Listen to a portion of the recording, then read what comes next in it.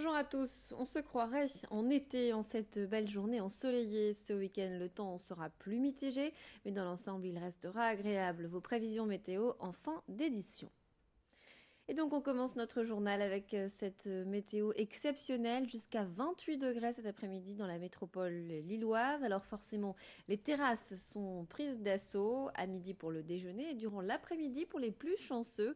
Les cafetiers sont évidemment les premiers ravis. Les boissons chaudes laissent place à la fraîcheur, aux cocktails et aux rosés à consommer, évidemment avec modération. Xavier Silly et Hélène Graffeuil sont allés à la rencontre des clients du café-restaurant Le Nautique à Marc-en-Barœul et on peut dire que tout le monde semble apprécier ce moment en terrasse. J'espère le soleil parce que c'est important. Déjà, je suis hyper blanche, donc il faut que je me bronze un petit peu. Ça fait un peu de bien à la peau et puis au moral aussi, surtout. Parce que on était quand même au mois d'avril et il n'y avait pas encore du soleil, c'est sympathique. Vous mettiez un peu de crème solaire? Ah non, je mets pas de crème solaire. Bon, j'ai changé de place pour tout vous dire parce que c'est vrai que le soleil tape dur, mais non, effectivement, c'est toujours très agréable et puis on a plaisir à retrouver les amis pour déjeuner, puisqu'on sait que toujours on sait que c'est limité, donc le temps est compté, donc on en profite un maximum. Ça fait quand même 6 mois qu'on vit dans le noir. Oui, c'est vraiment que du bonheur. On profite, on est des vrais nordistes, un peu de soleil, on est en terrasse.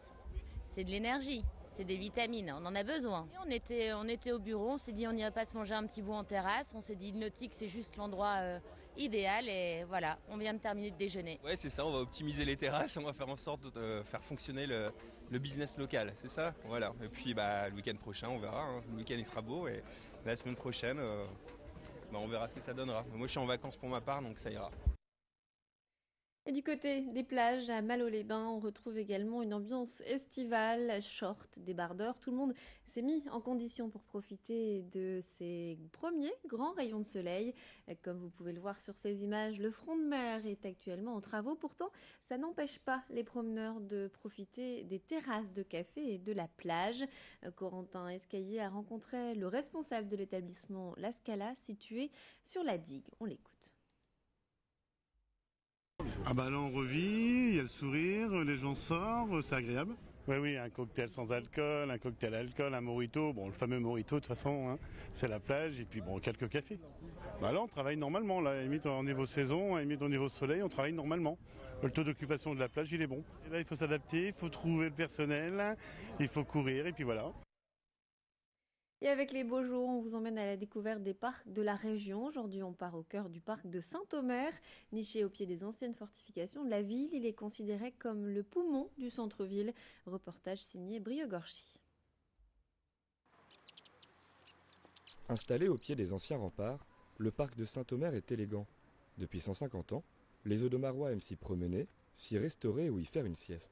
À la fin du XIXe siècle, après de longues démarches, il y a un démantèlement des fortifications, mais on va conserver une partie, les élus vont souhaiter conserver une petite partie dans toute sa profondeur pour installer donc ce jardin public qui va servir aux Audomarois. Alors aujourd'hui concrètement c'est un parc paysager de la fin du XIXe siècle, donc on va y trouver à la fois un jardin dit à la française avec ses allées régulières dans lequel on est installé, et puis un petit peu plus en aval on va trouver donc un jardin à l'anglaise qui va être avec des allées plus sinueuses entre les anciens massifs de fortifications et des plantations bien évidemment puisqu'on est dans un jardin public avec des plantations, notamment un très bel arboretum qui date lui aussi du tout début du XXe siècle.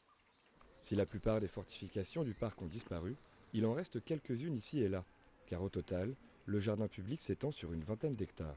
On est ici à côté du kiosque à musique édifié en 1896 après le démantèlement. Alors cette partie était ce qu'on appelle une demi-lune, c'est-à-dire un ouvrage avancé qui protégeait le rempart et qui a été complètement aplani pour avoir ce qu'on appelle aujourd'hui, ce qu'on pourrait qualifier aujourd'hui d'une aire de rencontre, un espace autour de ce kiosque avec des mosaïcultures, avec de l'espace finalement pour s'asseoir, pour faire la fête, ce qui est toujours le cas aujourd'hui.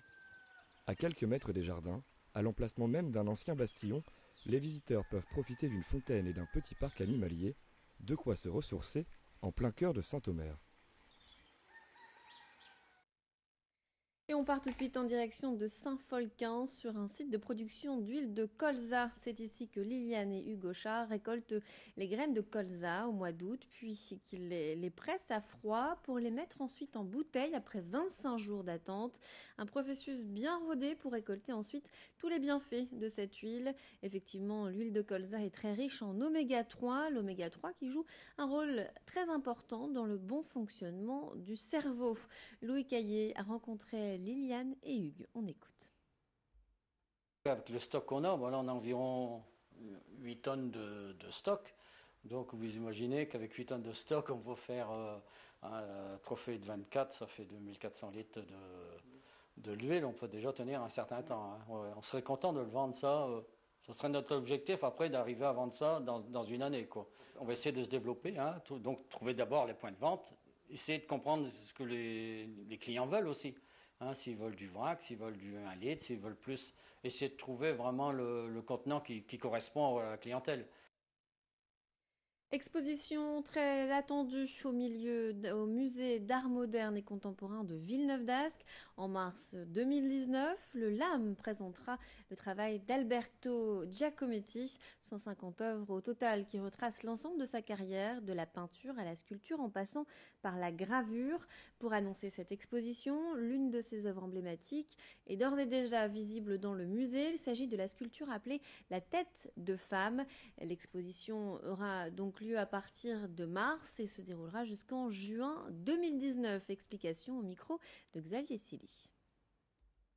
On va apprendre que finalement l'art c'est d'abord les émotions et qu'une émotion peut vous submerger et que finalement il n'y a pas besoin de connaître nécessairement ce à quoi se rattache telle et telle chose, mais que finalement c'est la force, la puissance des émotions qui va se dégager de cette grande rétrospective et que les arts visuels, finalement la culture de l'image que nous connaissons tous les jours avec nos iPhones, avec tous les réseaux sociaux, et bien finalement ces images, elles se dégagent fortement à travers ces producteurs d'images que sont les artistes.